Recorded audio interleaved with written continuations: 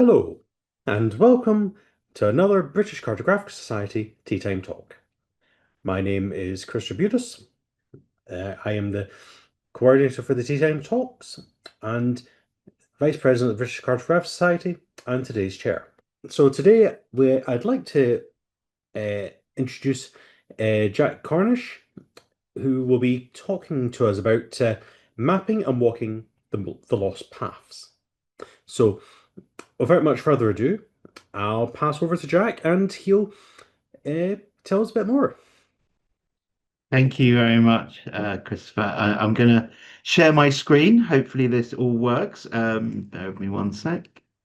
Thank you very much for inviting me this evening. I'm a big map fan for many, many years, so it's a real thrill to be invited this evening. So, yeah, my name's Jack Cornish. Um, in my day job, I have the slightly grand, sort of overly grand title of Director of England at the Ramblers, which is Britain's largest walking charity. And I'm also author of a book called The Lost Paths, and that's really sort of what I'll be speaking about this evening. Um, I got as the first slide probably the most boring image you'll see in a tea time talk, maybe. But this image has particular significance to me. So I used to have a very different career. I used to work in the National Health Service, and in one of the many reorganisations of the NHS, I took voluntary redundancy, and I decided I wanted to do something with that time that allowed me, that redundancy allowed me. And I decided, as you do, to walk across the country, to walk from Land's End to John O'Groats. Not even necessarily the quickest way, but a sort of looping journey across the country. And this image here is somewhere, it's on a lane sort of just over the English Welsh border, really anonymous country lane. But this was exactly 500 miles from Land's End. So I took out my phone, I put my headphones in, I put the proclaimers on, and I leant down and took this photo of my boots at exactly the 500-mile point. And this is really where the journey with the paths of Britain and the lost paths really began. So after I'd finished my walk, 1,550 miles later, in John O'Groats, I was coming back and sort of working out, well, what am I gonna do next in my life, really.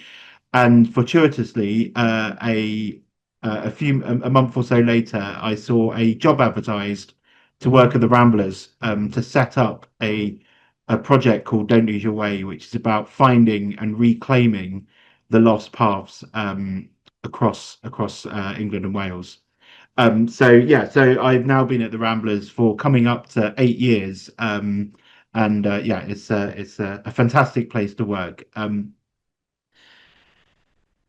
oh, sorry, hang on. So I'm going to start, I suppose, in earnest with a story, and probably most talks, most books, um, most sort of media in any way at all about walking will mention William or Dorothy Wordsworth at some point. And this story that I'm going to tell happened in 1836, and Wordsworth had been invited to a dinner at Lowther Castle in the which is now sort of tucked just inside the Lake District National Park. It's I don't know if anyone's ever been, but it for me, I don't. I think it's a slightly ugly building. It looks like it's one of these Victorian buildings that's built to look older than it is. But anyway, he'd invited to this dinner at Lowther Castle, and he was with some companions in a carriage.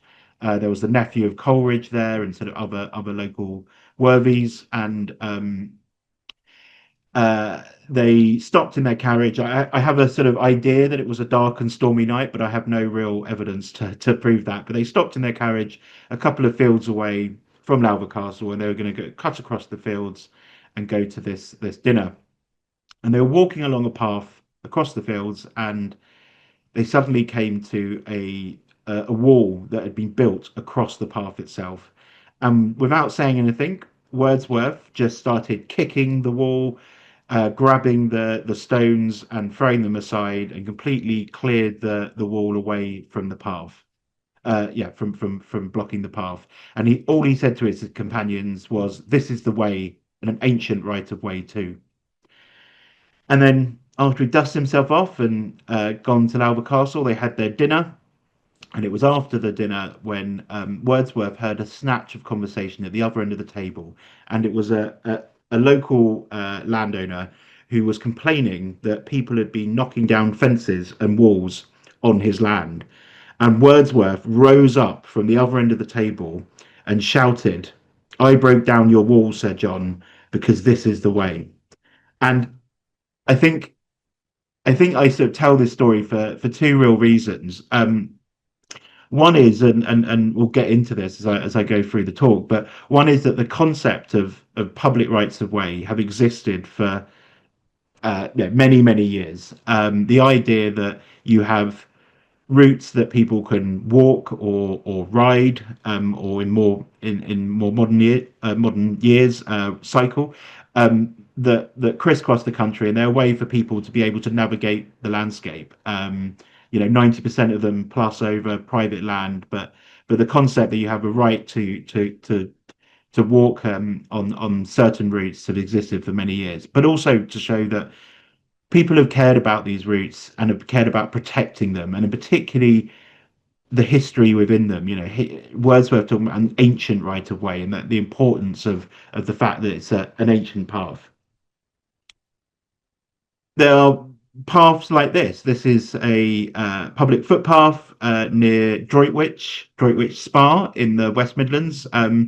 Seemingly quite ordinary path. It goes from one field to another over quite a distance, and as I was walking it was when the sort of the harvest was coming in. So the other side of the field there was a big combine harvester and big clouds of dust being kicked up. But a really pretty path, but maybe quite ordinary. It's quite similar to many wonderful footpaths and bridleways, etc., that we've got in England and Wales. And but it is it's special in itself, but it also has another history, like many of our paths. So, for those of you been to Droitwich, or know the area at all, you may know some of this, but essentially this path comes from the geology of Droitwich. So underneath the town and the surrounding area is essentially remnants of a sea that is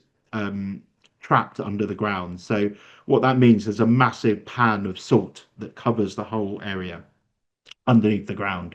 And so when the rain falls and it goes down, it dilutes the salt, and then you get these you get water coming up in springs from under the town, which is about 10 times saltier than seawater. It's about the same salinity as the Dead Sea.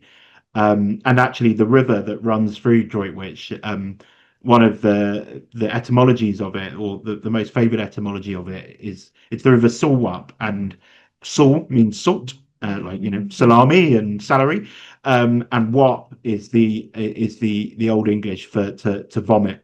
So literally the river is vomiting up salt, and people have been exploiting this geology for thousands of years, because in previous years, the importance of salt, often called white gold, was as a preservative for food, and so it was a really crucial um, commodity. And so people have been boiling up this salt water in big vats, and then trading it, creating salt and then trading it out. And this is one of quite a few radiating saltways that come out from Droitwich. And actually, this ordinary looking footpath is named in the Saxon charters as a made road for salt, and it goes out to Pershore in the river, and then on for onward trade. So just one path, seemingly ordinary, that's just one of its layers, many layers of history that is sort of captured within it. And I said before that the concept of public rights of way existed for many years. But it was only until an Act of Parliament in 1949, the National Parks and Access to the Countryside Act, that these paths needed to be proactively recorded, so that everyone knew where they are, and proactively protected, so that that right of the people to use them was secured. Um, as the Act of Parliament, the name suggests, it created our national parks for the first time, also created our national trails. But but it also crucially for what we're talking about today, and crucially for public access, it led to thousands and thousands of miles of public rights of way being recorded across the country. So those are footpaths, bridleways, and byways open to traffic, or open to horse and cart. And I think this quote here shows the importance that it was seen at the time. This is from the debate in Parliament, and an MP called it an epoch-making measure, a charter for the British people after their very long struggle to obtain rights of access to the natural beauty of this country. And I think, the other thing I reflect is that I think it's fascinating that I find fascinating and fantastic that you know, if you think about some of the other pressures and other things that were going on when this Act of Parliament was passed in 1949, the National Health Service was being set up. There was decolonization. There was the nuclear weapons and austerity. But during this busy time, it was the Attlee government saw that it was important to protect and enhance um, the landscape, and crucially access to that landscape. And this is an ordnance survey map from about the time from the early 1950s. And if you had been out in the countryside in the sort of early 1950s, you would have seen groups of people walking around, and noting down the paths that they were using. So there would be groups of ramblers, but also Boy Scouts, anglers, horse riders, people fanning out across the countryside in a big citizen effort to make sure that the paths that they used were mapped and recorded and protected. And those are the paths that are now seen as green dashes on our ordnance survey maps to this day. And in total, they ended up recording over 140,000 miles of public rights of way across England and Wales. But not only were they told to go and walk the paths that they were using now, they were encouraged to look back into the history books, to look at the historical records, to find evidence for paths that were from the past. There's a piece of highways law, and I promise this is probably the geekiest I will get about highways law. But there is a key fundamental of highways law, which is once a highway, always a highway. And what that means is that if a path was used by the public in the past, then it can be used. Then unless something else has come along to stop up that usage, then it should be able to be used by the public today. Um, Interestingly, the past has a date. It is the 6th of July, 1189. So you can look back at evidence going back to 1189 to find out evidence for old usage of paths. So that is actually the 6th of July 1189 is the date of time immemorial in English law. And maybe when we come to the question and answers, someone can remind me. You can have a think about what is the significance of that date, and someone can remind me if I don't mention it in the Q&A at the end. But when people were going and looking at to find this evidence for old routes, they were looking at maps like this. This is a tithe map from in a village in Norfolk from 1842. And as you can see, it has lots of different plots of land. But importantly, for finding the evidence of usage by the public, they were looking at these Sienna roads that go between the plots of land, and seeing if and those essentially are not titheable, they're not taxable because they're public. So it's one piece of that picture about about finding evidence for our the public use of our paths in the past. I also love some of these tide maps because they are created for is ostensibly an administrative function, but the surveyors still took the time to draw these beautiful little windmills and also the church in the middle. And this isn't just a representation of the church. If I can bring up the next image, it is actually an accurate, relatively accurate drawing. I think there's probably been a Victorian porch added, but it's an accurate drawing of that church. And I think that's just a wonderful little detail that you can find in these maps. They were also looking at maps like this. So this is an enclosure, a map for an enclosure. So I'm sure many of you will know, but for those that don't, enclosure was essentially a reordering and a remaking of the land. For some, it was outright theft of land from the sort of common people, but essentially, land was going from sort of wide open fields to more regimented plots of land that were then split up by and actually having sort of clear ownership over them. And this is a tide map from the sort of reason why this landscape looks slightly strange, maybe, or is so regimented. Is this is from the Somerset levels? So these are very sort of angular fields between lots of drains and the local word for them rhines across the Somerset levels. And for the book, I went for a walk across the levels, and I think it's an underappreciated landscape. It's a fantastic landscape, but you may not be able to see the detail. But essentially, what else this map shows, as well as the plots of land, are routes. So you've got drove roads, you've got lanes that go across the levels.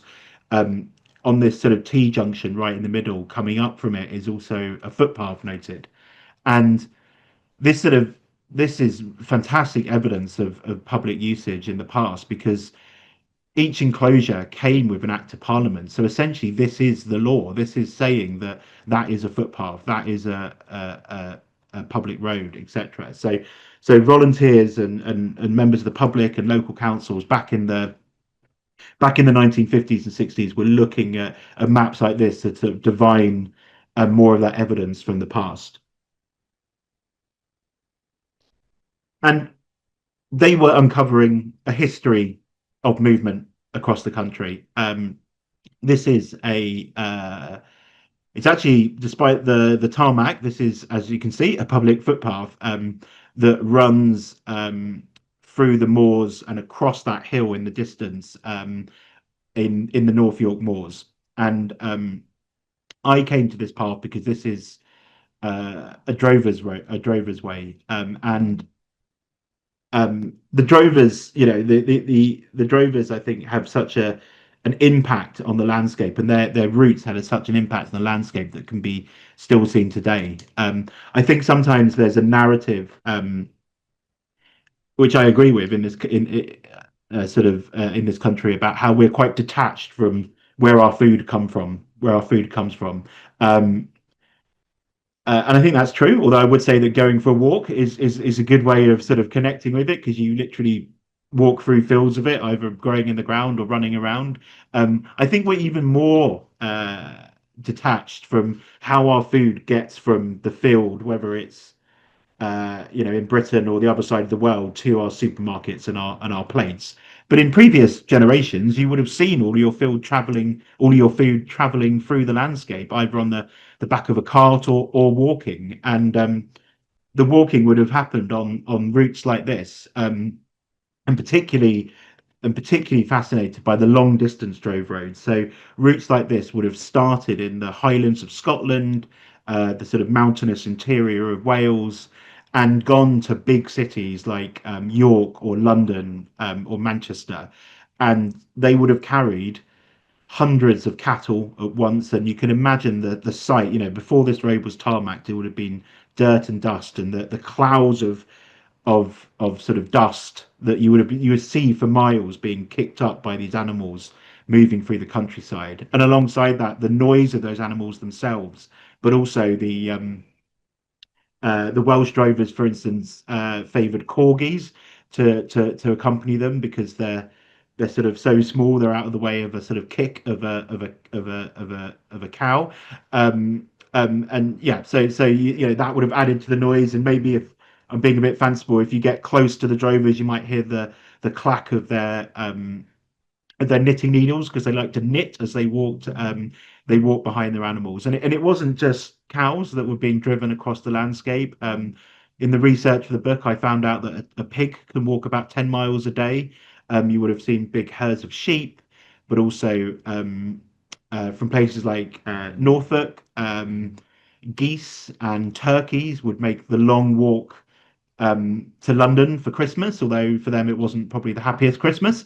And you would donkeys came from Ireland. All of these animals sort of moving through the landscape in paths like this. And one of the reasons that I find so much beauty in some of our drovers roads is that they deliberately didn't go through the village and the town until they got to their sort of main destination. But even then, they often stopped outside where animals would be fattened up for market. But they didn't go through the centres of population. They went on the on the outskirts and in the sort of more remote countryside. And that was for two reasons really. One, because the drovers didn't want their animals to mix with potentially less inferior breeds locally. But it also, the locals, there was a fear of the drover as a sort of outside influence, and these sort of rough men that were potentially coming into their community. So it means that some of the paths that people most enjoy walking in places like the North York Moors, those sort of remote um, paths have been really created and sort of secured through their use by the drovers across centuries. And this is the sort of the road running from north to south here is that Drovers Road. And I wanted to sort of pick out a couple of different things on this map that sort of relate to the drovers, but also to the idea of our paths being lost. So one of them is up here, and the other one's down there, and I'll zoom in on them a bit. So this is a lane that comes off of that Drovers Road, and it's evocatively named as Bad Lane, which I think, yeah, is it really conjures up something, and again maybe points to the remoteness of these paths. And it's still called Bad Lane. Here it is on the Modern Ordnance Survey map. But one thing I want you to sort of notice is that it isn't recorded as a public right of way. I did walk down this path. It's completely, people can use it, but it has no recording as a public right of way. And that means it's not protected. So it's probably unlikely that someone's going to, want to build a house here or something like that. Um, but because it's not protected, it doesn't, because it's not recorded as a public right of way, it doesn't have the protection of all the paths around it. So someone could just block it off at any time. They could develop over it. And this is one of the many lost paths that we have across the country that I'll come on to. The other thing on the map, sorry, the other thing on the map that I wanted to point out is this place here, Checkers Inn. And as well as these paths that the drovers have given us across the country, um, they also the inns that the drovers use have left a legacy as well. So some of the pubs that people most enjoy sort of stopping off on a countryside walk, especially the ones that seemingly are in the middle of nowhere. They're not in the village. They're out in the countries, out in the sort of remote countryside, have been formed, were to serve the drovers. And actually, whilst Checkers Inn is now closed and I think it's a holiday let, there is still outside it the old pub sign. It doesn't even have the word Checkers; it just has that Checkers board. And it says, "Be not in haste, step inside and taste ale tomorrow for nothing." And this is the original pub sign. And another amazing thing, especially in this sort of windswept landscape, another amazing thing about Checkers is that it was reputed that a peat fire burned continuously in its hearth for over 300 years. The one last thing I'll say about the drovers, and especially their inns, I talked before about the corgis that Welsh drovers often walked with. There are some amazing stories Um, I never know quite sure whether to believe them or not, but there's amazing stories about drovers' dogs that essentially once the drover got to somewhere like London and sold all their cattle, they would, for the first time in a while, be flush with cash, and they'd maybe spend a few days in the capital, and then they'd get a coach back rather than walking all the way back. But there are stories that they would send their drovers' dogs back up the road, and the dog would find their way back up the route they came, and often have a little note pinned to their collars asking for the landlords of the drovers inns to feed and water their dogs on the way back. And there's a particular story I write about in the book about a corgi called Carlo, who apparently walked all the way back from London to North Wales on its own on the drovers road. This is another path that I write about in the book, and I suppose again, like the drovers, it's a path that comes from commerce and from industry, but a very different type of industry. This for you might not quite be able to tell from the photo. I mean, it's an amazing path, but I'm not the tallest of people, but the wall comes up in most places is higher than my head, and it's this path that curves up the side of a mountain in Wales. Then you've got this amazing canopy of trees above. And this was used by quarrymen to go up to a slate quarry. And there are also parts of the path where the slate spoil on the other side of the wall comes up right to the top of the wall. So it almost feels like you're sort of burrowing through on this path. And I think why I love it so much, it just feels really human and really intimate. I can imagine walking up this path and passing the quarrymen coming down maybe in the evening to go down to the village of Llanberis below to go to chapel or to the pub, or imagine them coming up at the beginning of their working week. And it's also the other amazing thing about this path, you get some pretty special views at the top. This is sort of hidden in those clouds is Snowdon. Yeah, in the distance there. Yeah, so you get these amazing views when you come to the top of the path. The other thing I think that's sort of captured in this photo is almost the transition about how we see our path network. So as I think the drovers show, and as this quarryman path shows, the vast majority of our paths have come from the need for people to get from A to B. I know that sounds obvious, but in a way that we might call sort of active travel now. People needing to go from where they live to the field, to church, to market, and so these routes have been created through that constant movement of people going from A to B over time. But there is also another path on the left that curves through this abandoned quarry, and this is one that's been created for the purpose that this quarry now has, which is as a place of leisure. When I walked through there were people walking their dogs or just going for a nice wander and looking at the views. And I think that's a shift in how we see our path network, going from something that is functional, utilitarian, to a place for leisure and for connection and well-being. And I think that's a sort of a shift that sort of particularly happened maybe over the last sort of 100 years or so. Now, my book's called The Lost Paths, and it writes about I write about the impetus for how some of these paths were created and reused and reused over time, but also how our paths have been lost and how they've sort of disappeared. And this is an image of a village in North Wales called Chittlehampton. And I was first drawn to Chittlehampton from a article that I read in the North Devon Journal, and it reports on the amazement and astonishment of the chairman of Chittlehampton Parish Council.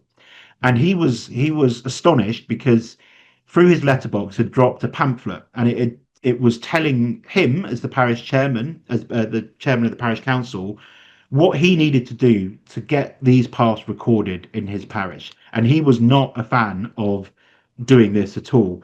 his basic argument was that well, why should we bother to record paths for people from outside the parish? Everyone in the parish knows where they can walk. What is the purpose of recording these paths so other people can come, come and use our paths? Um, and he sort of talked about ramblers don't come our way. People don't come our way. But actually, the other thing that drew me to Chittlehampton was the history that people had been coming there for centuries and centuries, and not just necessarily from the neighbouring village or the district. It Chittlehampton is in this amazing land. I love these deep Devonian lanes with these sort of big, especially when you're walking down them, it feels like this vegetation can come sort of crashing down on you at any one point. And in the church in Chittlehampton churchyard, which is got the sobriquet the Cathedral of North Devon, because it's just really big, especially bigger than you'd expect for a parish church. It has the Cathedral of North Devon. At the base of it, there was a holy well, and this was a place of pilgrimage for people over many generations, and particularly people with eye complaints. It's the Church of St. Irith, and St. Irith was reputed to help people with eye complaints. Now, people came. It's not like sometimes we think of pilgrimage as going on singular routes, a bit like the sort of Camino in the Iberian Peninsula. But actually, people were coming from all around, from all on all these lanes and converging on the village of Chittlehampton. And it has this amazing like square in Chittlehampton that again feels bigger than you'd expect for the village, and it's because around that there used to be dozens of hostelries and pubs and inns for people to stay when they came on this pilgrimage. And it wasn't also a pilgrimage that probably the vast majority of people that came to this pilgrimage probably came from Devon, maybe Dorset and Cornwall. So it was a place of local pilgrimage, and there were thousands of these local pilgrimage places across the country. And I say that with one caveat. I was told a story by several people that perhaps people have been coming much further afield to visit the well of St. Irith in Chittlehampton. And the clue to that, apparently, allegedly, I'm a bit skeptical, but I want to show you because it involves an amazing map, and maybe the story is true, but it involves this map. This is a map of, as you can see, of Britain and Ireland. I've cut off the top, but it does go to the top, and this can be found in the Palazzo Vecchio in Florence, and it's on a sort of big leather panel, and there's panels from all around, places from all around the world. This is from the 1560s. This map, and there's a story told in the village that this shows that the pilgrimage to Chittlehampton came from much further away. So if I zoom in, you can see here Barnstable, you can see Bideford, you can see Tintagel, you can see Totnes. I think there's Plymouth down there. But there's also this word which is Chilmeil, and the story is that this small sleepy village this is actually denoting that small sleepy village, and this shows that this was a place of pilgrimage for people over centuries. So just to come on to suppose one of the other reasons that how our paths can be lost. We know that obviously there's been massive landscape change across Britain over the centuries. The creation of whole new towns I write about and the impact on the path network. I write about whole communities and all the paths that connected them that have been lost at sea and swept from the shore. But also infrastructure like this. So this is a canal plan. So showing the route of a proposed canal in Hayden Bridge in Northumberland, and then several decades later, this is the railway that was going on the same proposed for the same route, yeah. So you can again, it's just another part of that the history of how infrastructure has sort of broken up our path network, and potentially we've lost paths through them.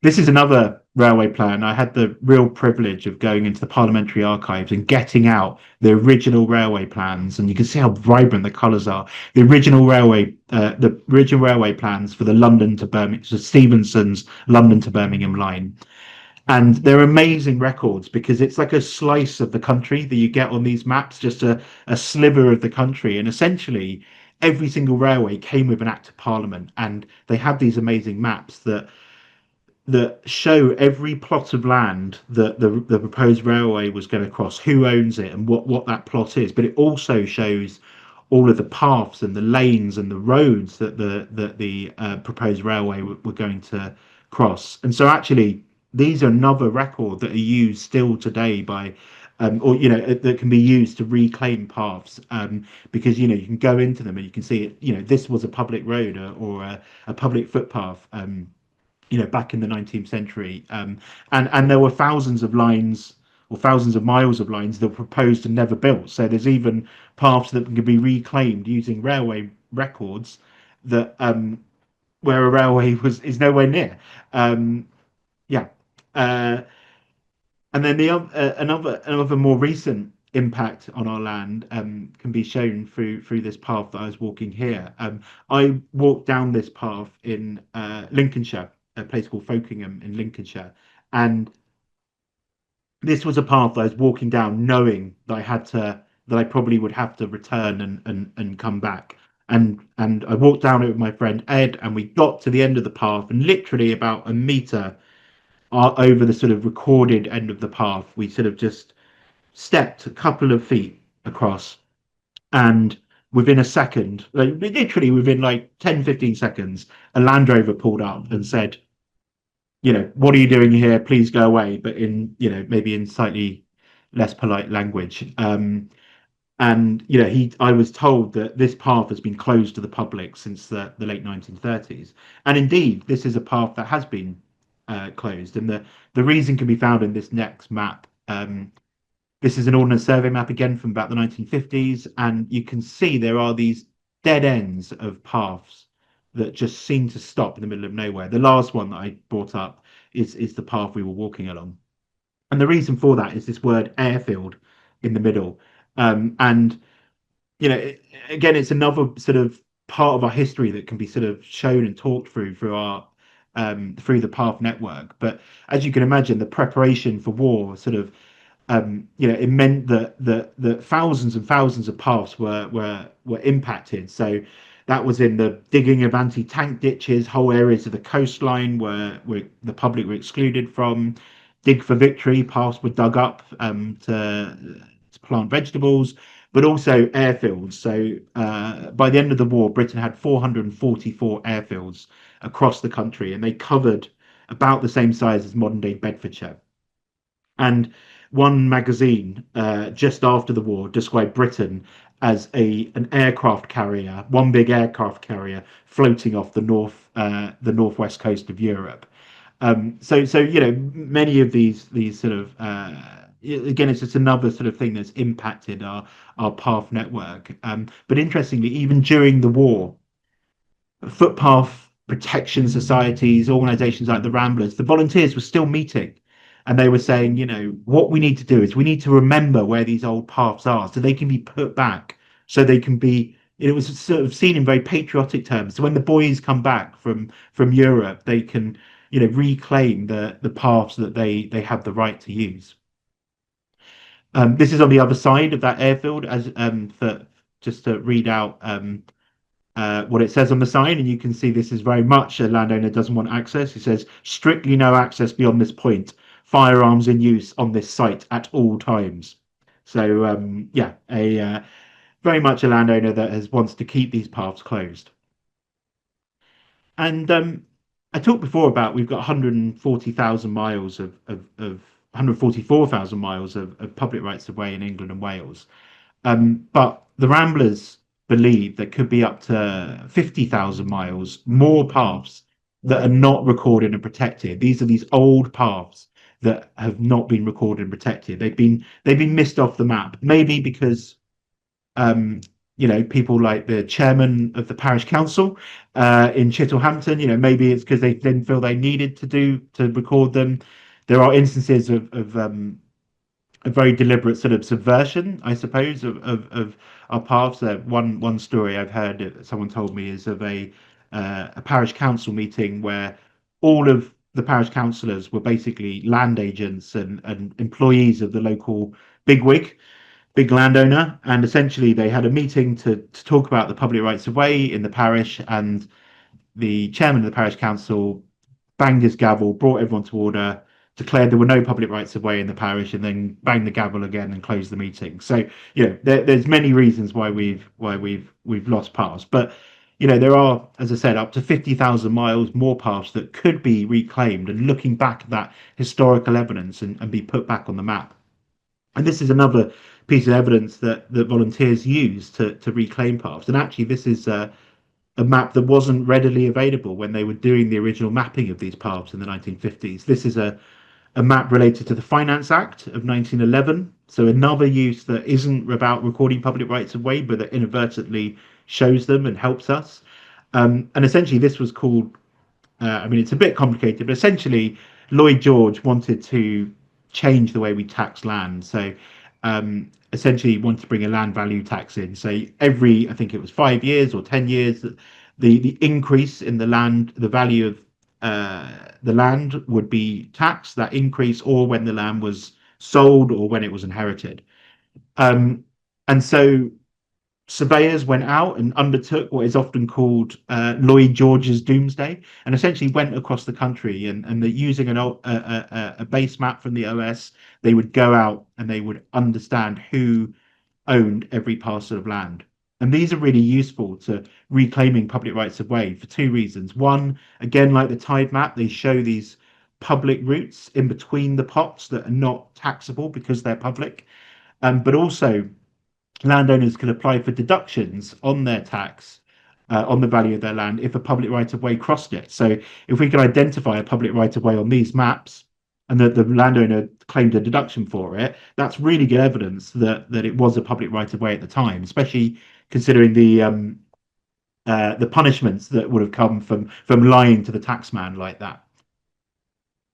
Also, just a couple of other maps to sort of quickly show the volunteers use. This is a parish plan from 1724 of Morpeth in Northumberland, and again, I love some of the detail with that little building at the top and the orchard shown there, and also maps like this. So this is a map that was created in the creation that came from the creation of maps themselves. This is a boundary book, which one of the Ordnance Survey's own records. I took this photo to the National Archives, and this is these little books that Ordnance Survey surveyors would use when going out and recording the boundaries of every parish. And so these are, again, slightly strange drawings of the landscape where it is just showing the boundary and features along that.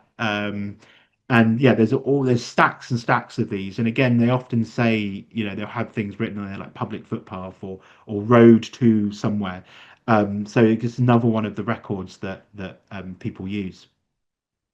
And this is a map that you can go and look at on the Ramblers website that shows where those almost 50,000 miles of paths may be. These are the lost paths, and you can see in between these quite bright blue dots, you can see the public rights of way in green, just about.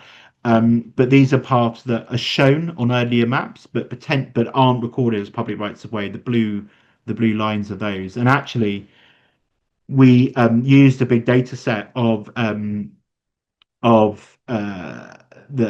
National Library of Scotland and another project have done where they've got they basically transcribed all the labels from an Ordnance Survey map from about 1900, and these green dots on here are every footpath or bridleway, FP, BR, bridle road, that are shown on the Ordnance Survey map from 1900. And so volunteers use those to find targets and to draw the paths that are shown on the old Ordnance Survey from 125 years ago that are not shown now. And you can see just this part of Wiltshire. Obviously, it really varies across the country, but in this part of Wiltshire, there's all of these paths that are seemingly unrecorded and therefore unprotected.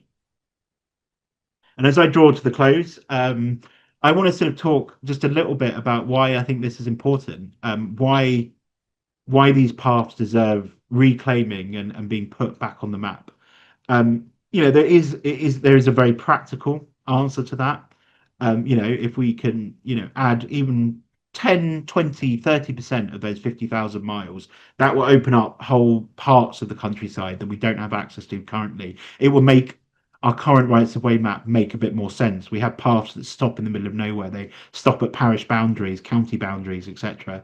Whole parishes without hardly any public rights of way. So there is a very practical reason. But also that one of the things I'm really passionate about and that is really at the heart of the book is that when people were going out and walking or looking back at the history, the records in the 1950s up until the present day, they weren't just protecting and securing public access. They were protecting a massive part of our history and a part of our ordinary working class history that often gets overlooked. And I think in this country, we have quite a good history of protecting our physical heritage. So there are hundreds of scheduled ancient monuments. This is one, the Castlereagh Stone Circle, that I took this photo on my Land's End John O'Groats walk. We have, I think, about 500,000 listed buildings in England and Wales. This is the centre point on the left. This is I think it's called the Governor's House in Berwick upon Tweed, and then there's a image from Bath on the right. We also have UNESCO World Heritage Sites, a couple of dozen UNESCO World Heritage Sites. This is Ironbridge. To add to this, we've got about 50 protected battlefield sites and about the same number of protected wreck sites across, out in the sea. And I would actually put the National Parks and Access to the Countryside Act of 1949 alongside the Scheduled Ancient Monuments Act, alongside the Town and Country Planning Act that created our listed building framework, as something that wasn't just protecting public access, but it was actually protecting the history of our country and of the people of our country on foot. And it was protecting the history of paths like this. This is at a place called the Dorsetshire Gap in Dorset. And it's not just a path, it's a meeting, a junction of about 4 or 5 paths that come together in this woodland at the top of an escarpment. And these paths sit in a prehistoric landscape, in an ancient landscape. There is just a couple of 100 meters away, there's a hill fort, an Iron Age hill fort. There is the marks of prehistoric ploughing. There's Bronze Age barrows all around. This whole landscape is sort of drenched in history. And I think this path is part of that history. I think this is a path from prehistory, and you can see on the left-hand side this great bank, and it goes up on the right just out of shot, where these massive banks on both sides, and this is the path. This is the holloway that has been worn down by the passage of thousands of feet and hooves over centuries and centuries. And one thing I often reflect on when talking about our paths is that they are the oldest part of our heritage, still in use for their original purpose. If we think about things like that Iron Age hill fort that's just around the corner from where this photo was taken, it's amazing, it's impressive, it's an interesting feature in the landscape, but it's not defensive anymore. It's not defending a community anymore.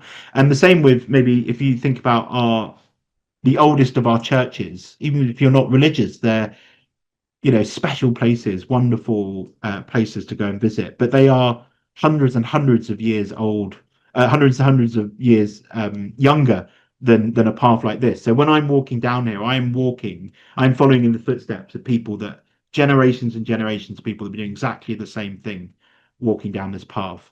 And as you can see here, even here where there's quite a lot of public rights of way, in the routes in blue, there are even more paths that have potentially been lost from the map entirely. So hopefully you enjoyed that talk, and I'm looking forward to hearing if you have any questions. Okay, no, thank you very much, Jack, for that. That's been a very interesting, very comprehensive talk. No, I think it's been real, and I think it's really fortunate that you stumbled into that you stumbled into the into the field. Yeah. It's and it's partly quite literally in some ways. Well, indeed, yeah, indeed. So yeah, no, I hope that we're gonna get I hope that we're gonna get quite a few good questions from this.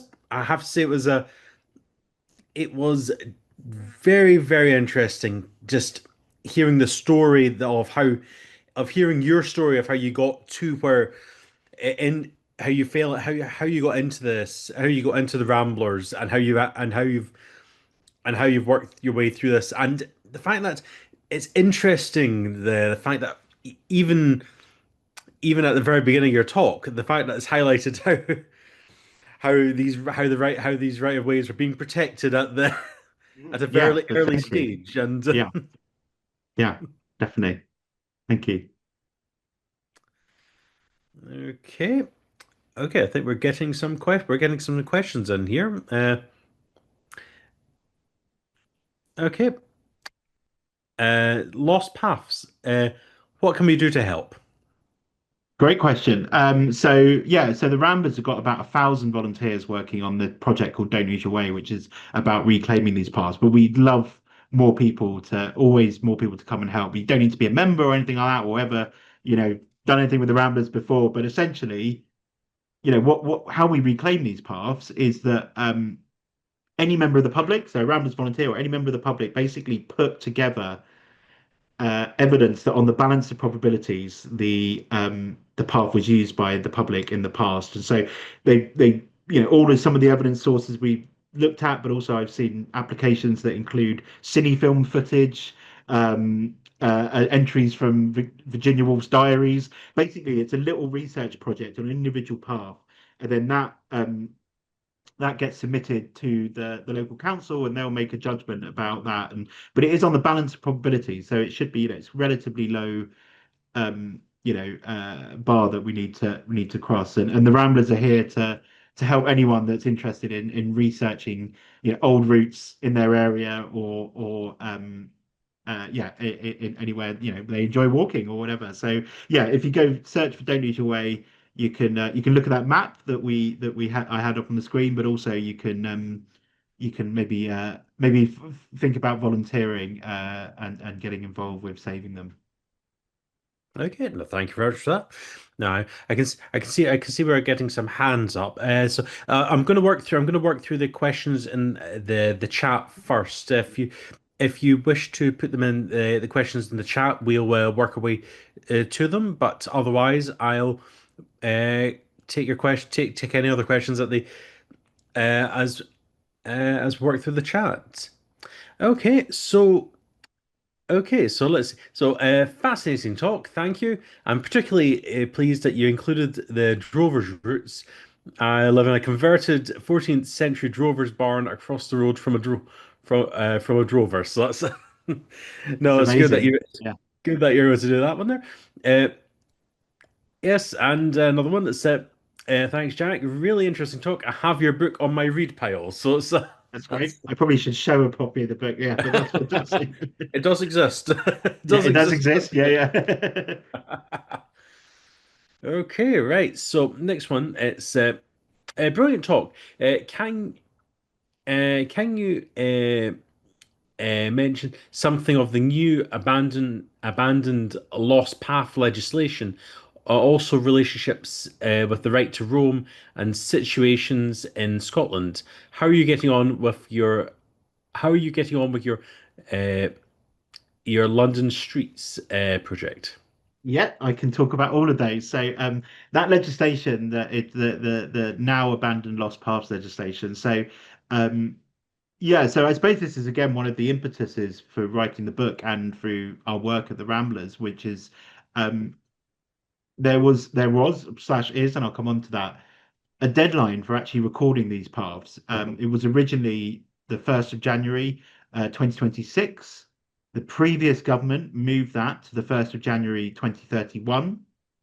Um, and actually, as a fantastic, the best Christmas present I got this year, on Boxing Day this year, the current government announced they were going to get rid of that deadline entirely, and I think that's real testament to some of the campaigning work the Ramblers have been doing and raising this issue. Now that hasn't come into effect yet. We're waiting for the legislation, so until it's in black and white, and I will and in Hansard and everything, I will I'll be the champagne is on ice, let's say. But yeah, I think it's really important that that deadline goes because if you think about things like the Schedule H monuments or important battlefields, we wouldn't say actually after this date, if you find a historic, archaeologically important site, you wouldn't say you can't protect it because it happens to fall outside an arbitrary date. And so, yeah, and why would we do the same with our path? So, yeah, it's fantastic that that will be going.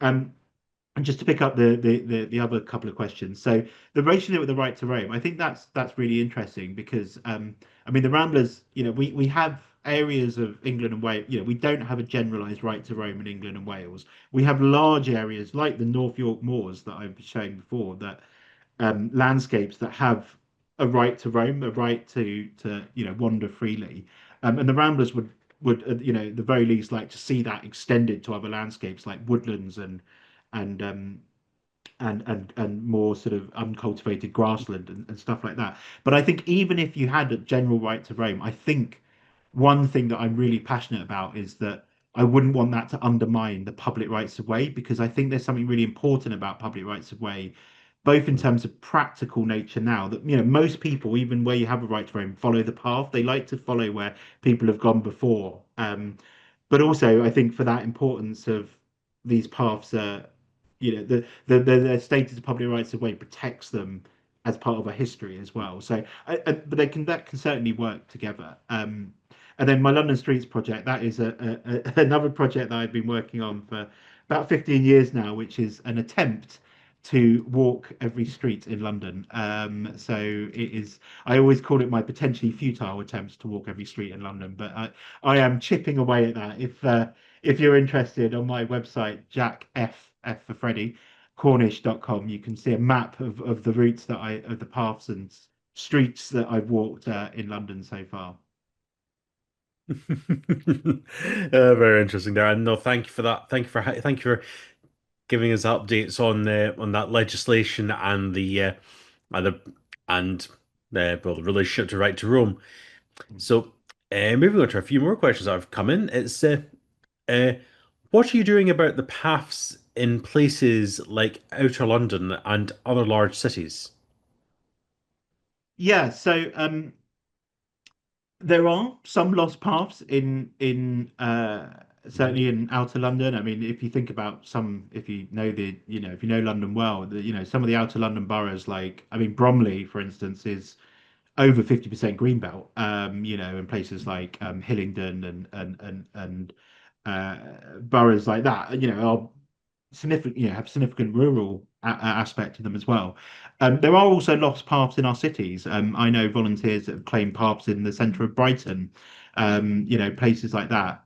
They're harder to find because obviously a lot of them have been built over by whole new streets and housing and things like that. But there are paths that that exist on the ground but are not recorded and protected. So, and they're, you could say they're, I mean, not more important, but they're crucial to record because, especially if we want to tackle things like climate emergency and sort of health crises of various kinds. We need to be able to have cities that are walkable and navigable. And maybe if those paths that aren't protected, maybe they're being used, but if they're not protected, someone could block it off, and then that might be the difference between someone walking to the local shop or driving. And so, yeah, so it's massively important to get those paths recorded in our cities where they can be as well. Okay, no, thank you for that. And now just following on the comment that followed on from the question from the person asking that question, it was a very interesting talk. I work for a local authority and I've signed up just to view the maps. So it's Fantastic, fantastic. okay. Another question here, which relates, well, probably has connections back to your what you said in the talk. It's how is HS2 causing disruptions to paths? So that's quite Yeah, relevant well, again. yeah. Obviously, people have very different views and strong views about HS2. Interestingly, I mean, the Ramblers were engaged with HS2 Limited for many years and have been engaged for many years, right from the beginning. And interestingly, unlike some other infrastructure projects, HS2 has had relatively limited impact on our paths because, well, frankly, because so much money was pumped into it, that paths were diverted, and but actually not too many. There've been bridges built, there's been underpasses built, not too many paths were completely erased or diverted. And there's even instances you can point to where, because you need things like ponds alongside them where water drains into, where new paths have been created are actually, going alongside ponds with tree planting. And so, even if, I understand that some people don't like HS2, but actually when it comes to paths, it hasn't had as much of an impact as some other infrastructure projects. I can point to sort of new roads and roundabouts and bypasses, but also things like electrification, not electric, pylons and things like that, where some of those projects have had have had or potentially will have a sort of bigger impact on our paths, or even things like, and again, people have different views from coming different perspectives, but things like solar farms, impact on our paths as well. Hmm. Okay, no, thank you for that. Another question we have here. Uh, are there any projects to retain and record for posterity, such as ancient place names that you mentioned? Yes, yeah, there are. There are a few that I've come across. One is I think it's the University of Nottingham that has a database of etymologies of place names yeah. And that is sort of capturing some of the history of those place names. There's also I forget, you'd have to look it up, but there is, I can't remember his name, but there's a guy, a historian, I think, who's done this so one of these sort of slightly mind-blowing projects where he's just mapped and logged field names, the names of fields. Going back, looking at those old tithe maps, enclosure awards, quarter sessions, loads of different records, and sort of preserving the names of those fields, because sometimes they don't. Yeah, they can easily be lost, right? The field, that what was the name of that field in the 17th or 18th or 19th century can easily be lost now. And he's gone back and got tens and tens, maybe hundreds of thousands of field names. And I can't remember exactly his name, but I'm sure if you um, go and look it up, yeah. So that's a sort of just two examples, I suppose, of protecting those sort of place names. Hmm. Okay, then that's no problem. It's uh, a good question here. It's what where's your next big walk on your wish list? Yeah, I think, well, this probably won't be for a few years, but my plan next big walk is it doesn't really exist in the imagination as far as I can tell, as much as Lands in John O'Groats, but essentially to walk across France. So from Finisterre, which is Land's End as well, in on the in the north west down to the sort of Italian border in the southeast. So yeah, I'd love to do that walk in the next couple of years at some point. Again, that will be a bit like Land's End. It's, a whole summer I'd have to take away from work or something, and but I think that would be fantastic using the network of old paths and the Grand Randomies, the network of trails, the fantastic network of trails they have in France. So yeah, I think that's the next one. Okay, that's interesting. I'm surprised. I'm surprised you can't write. I'm surprised you can't write off all the all the walking all these paths as part of the job. It's Yeah, well, yeah, exactly. But maybe I'm sure they'd give me a sabbatical for it, and then I could come back to the Ramblers afterwards. We'll see. We'll see. okay. So, uh, okay, well, one comment is uh, 1189 was the coronation of Richard I, the limit of legal memory. That is exactly right. Yeah, that was that teaser I said earlier on. So there was no legal, as Brian says, no legal memory, no legal time before the accession to the throne of Richard I. So yeah, it's sort of, I always love the fact you can pinpoint time immemorial feels like such a word that describes something sort of so far in the past that it's sort of lost to the mists of time and sort of ancient, but actually, yeah, 11th of 6th of July, 1189. Yeah, Okay. Someone's just put a link into the English Place Name Society that's for the it. Yeah, University of Nottingham. And right. So just a few last ones here. It's how much opposition is there to discovering and registering lost paths, and what is the process of registering, presumably passing to local authorities? yeah. So I mean, there has, you get some opposition. Obviously there are instances of individual landowners that, someone claims a path based on historical evidence over their land. So you get some opposition there. I think the thing I would say is that, we already have 144,000 miles of public rights of way. The vast majority of them, it works fine. Like people pass lightly across them and through fields and woodlands, etc. So a few more. It's not, most of the most public rights of way, work well.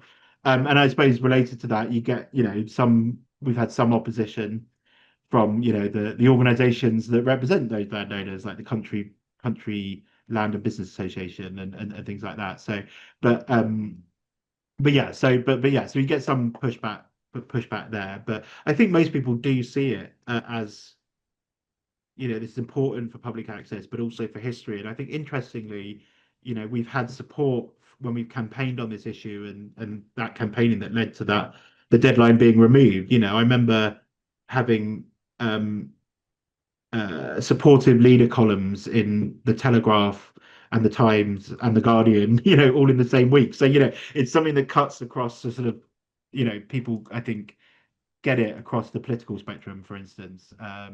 Yeah, and just say what about the process? Yeah, that's what I was referring to earlier. These applications, including the evidence, goes to local authorities. Uh, Technically the highway authority or the surveying authority, which is basically usually county councils or unitary councils, or London boroughs, in outer London boroughs. Yeah, and they basically, I mean, there is a bit of a backlog with quite a few of those, which is an issue, um, but at least the application has been submitted, and then they'll look through it, and then sometimes they say it's not public right of way, and we will appeal and we'll go to public inquiry, or so we fight to make sure that these paths are actually recorded. And because I think ultimately this is one thing that you hear from the volunteers and I really understand, which is putting these paths on the map is like, it's an amazing legacy. These when these paths are recorded, it is very likely they will be there for hundreds of years to come, and there's not much you can say that you will do that will last that long into the future, sort of thing. So yeah, getting one of those paths recorded has that long legacy for generations to come. Okay, right. I'll just quickly go through. I'll go through some two final comments and final question. So the EPNS English Place Name Society, based at the University of Nottingham, is still issuing multi-volume county place name. Shropshire, Lancashire are in the process. The Welsh government has a list of historic place names. Fantastic. And the one, great talk, thanks. Just made a map of the Tinner's Way Cape Cornwall to St. Ives, there are many instances of lost paths there. I'm sure there will be, yeah. Mhm. And final question here is how do I access the tax maps that you mentioned? Yes, so a couple of ways. So, well, first of all, some local archives have put them online. So Hmm. if you actually search historical maps, the Ramblers, we've got a page on our website with loads of different where there are these historical maps available. We've got links broken down by county to loads of different places. So some have got tide maps online, enclosures, other records. Some of them put them online, not loads, but some of them have. The next place to look, although you need a subscription, is the genealogist website. So they are slowly digitizing these maps, working out from London. I think they've done most of Southeast England now, and maybe further beyond that. Yeah, so that's that. But ultimately, all of them are in the National Archives in Kew. So obviously anyone can go there and photograph them. And also, if you get involved with Don't Use Your Way, we've got volunteers that are in the National Archives photographing these maps, making them available for other volunteers. And we've got an online, basically, sort of us and the British Horse Society we work with a lot have a have a have access to a big load of these maps now. So you can, if you get involved, Don't Use Your Way, you can see loads of them. Okay then.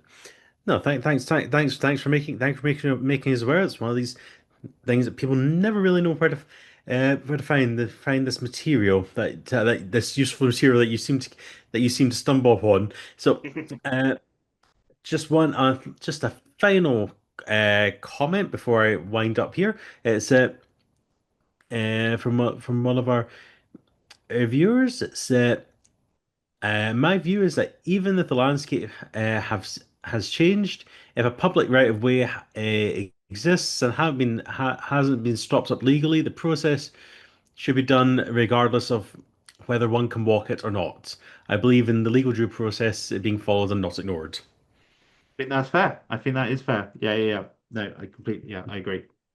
Thank Yes. you. No, and I can see you've just put a link into the for the Ramblers for anyone that's still online. So so I want to say. I want to say thank you very much, Jack, for the talk, and it's really been worthwhile. Well, for everyone that's attended, I'm glad I've stayed up late in Kyoto Yeah. uh, to to listen to the talk and have this discussion at the end. Uh, but thank you very much for the talk. Thank you to everyone for joining us and going through all these questions. Uh, but I think that's everything for today. So uh, I'll say thank you and goodbye to everyone, and I hope you join us after our summer break.